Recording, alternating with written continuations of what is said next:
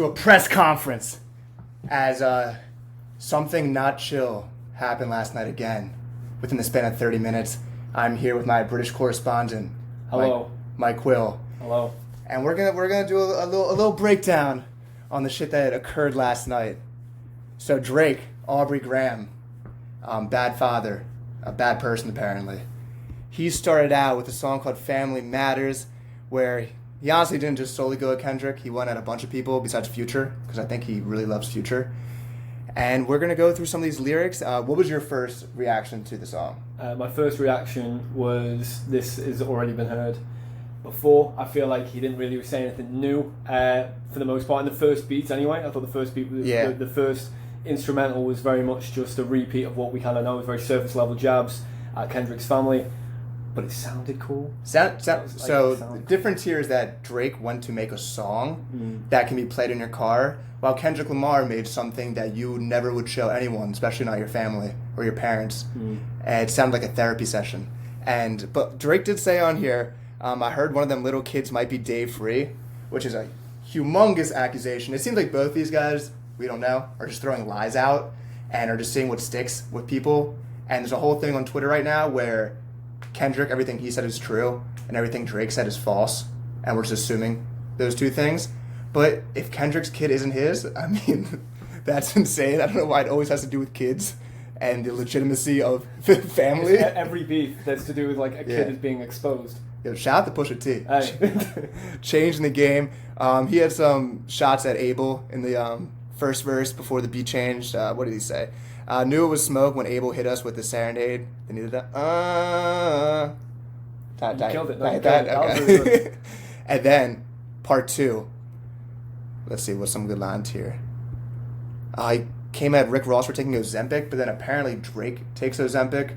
So what are we doing? This is what I mean. It's quite surface level, right? You know. But why even put that out about Ozempic if you know you take it and you know that Kendrick might know you take it? Unless it's a fake pill bottle that it's a theme. He exposed Kendrick's child might not be his, and then what did Kendrick then do? Exactly, it's a theme. He's hypocritical in a way. And in the video, you see the Good Kid, Mad City van being crushed, which is a hilarious way to go about doing this more. What did you think when you seen that? When you seen that the van was being transported to Canada to get crushed, what was your reaction to that? Do you think that was well planned? I'm not going to front and be like, I knew right away that was the band. Okay. I can't lie. But once you do know that, Drake's is a creative guy. I'm a tailor-made freestyle truther. I thought that was a creative way to go about this diss. But some people don't think. But, that's another creative thing.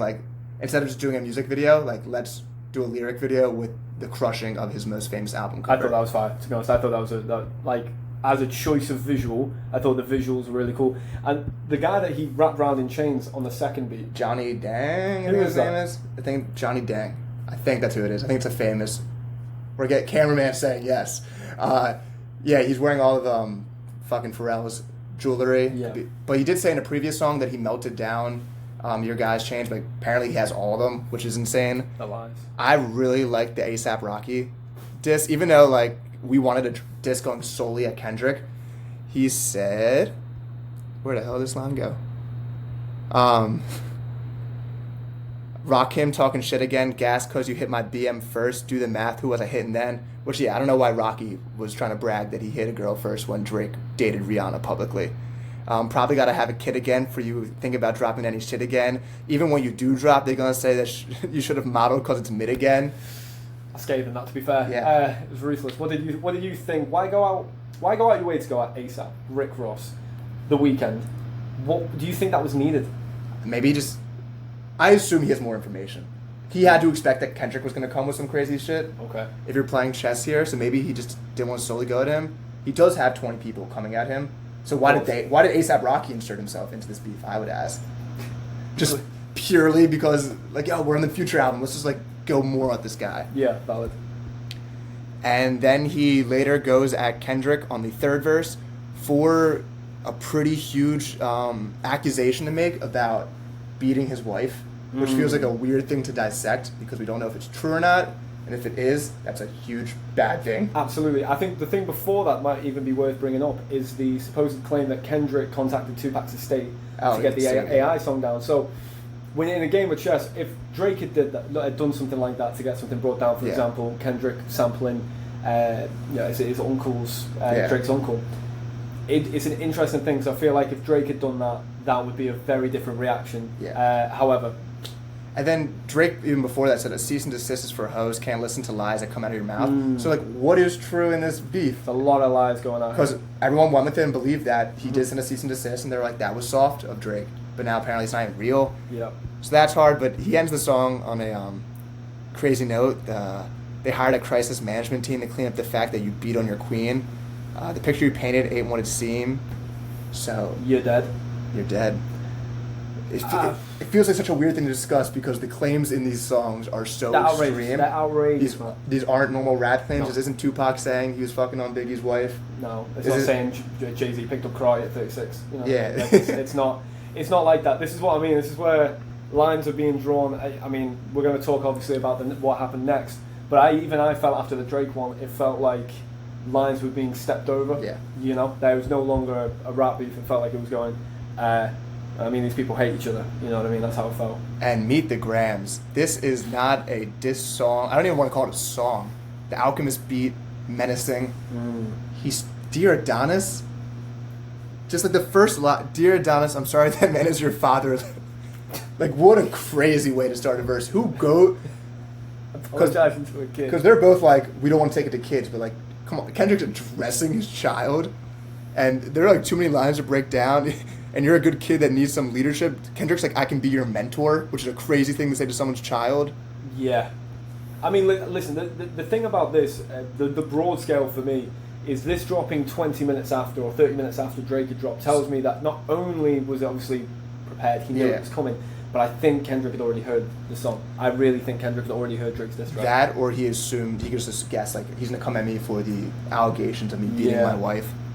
And... He said I could predict you. He said I could predict you. And that's what that man did. There's some funny lines in here. They're not just me and the don't pay to play with them Brazilians, get a gym membership. So back to that whole fake abs thing. And then... It gets deep. Then Drake says, Dear Sandra and Dear Dennis, and addresses the parents and says, you gave birth to a master manipulator. Even going back to the whole Drake black identity thing, saying he uses his dad to prove that he is more black. And I'm blaming you for his gambling addiction, so now he's firing shots at his dad, saying, you raised a horrible fucking person. The nerve of you, Dennis.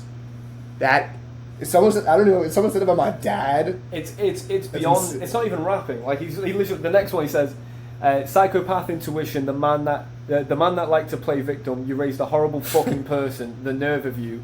Sandra, sit down. What? This isn't rapping. He's just giving a speech to the family, and it's sick. I mean, I can only imagine how it must have been in that room. I would guess Drake is like, Mom, do not listen to this song. That's his first joke. He's like, son, Mom, don't open the phone. Don't. And he wishes death upon Drake. He said, I hope this guy dies. And they said him and Weinstein should get fucked up in his cell for the rest of their life. That's fucked up. And if this stuff isn't true, like, it all starts with like the Millie Bobby Brown, like, posting a picture with her.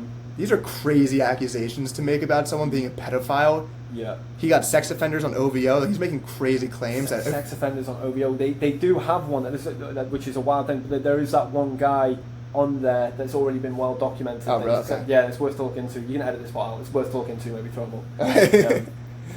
And... I mean, you can't just say... If these things aren't true, this whole diss looks really stupid and mean for no reason. Yeah, Kendrick... If this is proven to be false... And this is the thing now, that for me, whoever wins this beef, it comes down to who's got receipts. Yeah. Because if it's proven that Drake has a second child, if he is the Weinstein of the rap community, or proven that Kendrick beats his wife or whatever, which I personally don't believe... weirdly enough, I am on the side of I believe a lot of what Kendrick says is accurate and a lot of what Drake says isn't. But yeah, Bryce. And he said, LeBron, stay away, keep your family away. Curry, keep your family away. To anybody that embody the love for the kids, keep their family away. He really... That's the closest we got to a hook as well.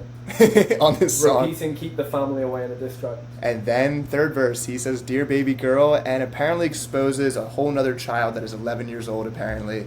That Drake is hiding, which Drake immediately denied on Instagram.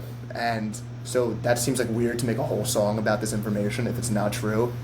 Writing a whole fake verse to a not existent human being. Now, what some people have linked this back to is the "Dear Baby Girl" now tweet. There's a Drake tweet from just under a decade ago where he tweeted "Baby Girl." A lot of people have linked it back to that being her birthday, and there are some people on the internet right now. They always find something. They always find something, and they're trying to locate the person, which I think is a bit too far. I don't think we should be trying to expose.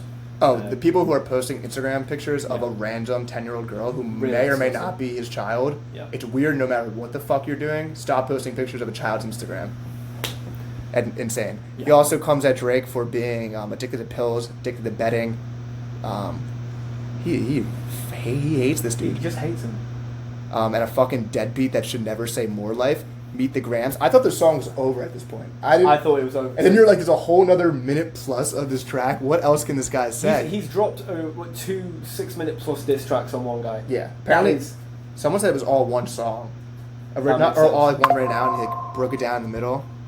And my mother's calling. It's dope. Sandra's calling. Mother, don't listen to this diss track. And then this last verse directed only at Aubrey. 37 but showing up as a 7-year-old. You got gambling problems, drinking problems, pill popping and scamming problems, soliciting women problems. Therapy is a lovely start. Take ayahuasca, strips the ego to the bottom. Right, sorry, it's quite funny. Saying to someone, therapy is a lovely start. Yeah, that's insane. It's an insane diss track, and it's spoken word over the most menacing instrumental I've ever heard. Apparently, Alchemist, when he's giving it to Kendrick, he didn't give it to him as this is your Kendrick diss track. He didn't know what it was going to be used for, and it does sound like a Mr. Morale cut. Yeah, I can see that. Yeah. And it just ends with, you lied about the only artist that can offer you some help. Fuck a rap battle. This is a long life battle with yourself. I mean, like, I don't know how you come back with this if it is true. If it's not true, Kendrick looks kind of dumb. But you have to come back anyway. You have to you have to come back and now prove that false. Because right now, people are waiting here going, right, Drake, you need to come out and address X, Y, and Z. Yeah. And if you don't address it, not saying anything's worse. In this situation, not saying anything's worse. So, I mean, I don't know how you prove you don't have a daughter, though. That's a kind of... Yeah, weird. That's a weird thing to try and prove. What's the next move? What's the chess move now? I thought it was smart. I thought Drake was going to do what Kendrick did. When Kendrick first dropped, I thought Drake would drop right away. Because take out all the fire, people hyping up how good this is. Yeah. And Kendrick did it because he's a smart dude. And J. Cole, my goat, smart man. J. Cole, very smart man. Just chilling with his 2 children in North Carolina. He said it hurt my spirit. Yeah. It hurt his spirit. I can see why. But let me know what you guys thought about this diss. Insane. Let me know. I mean, we all assume Kendrick's winning right now, but if you think Drake's winning, OVO hasn't sent me a check, so I'm gonna go with Kendrick right now. And let us know what you thought. Peace.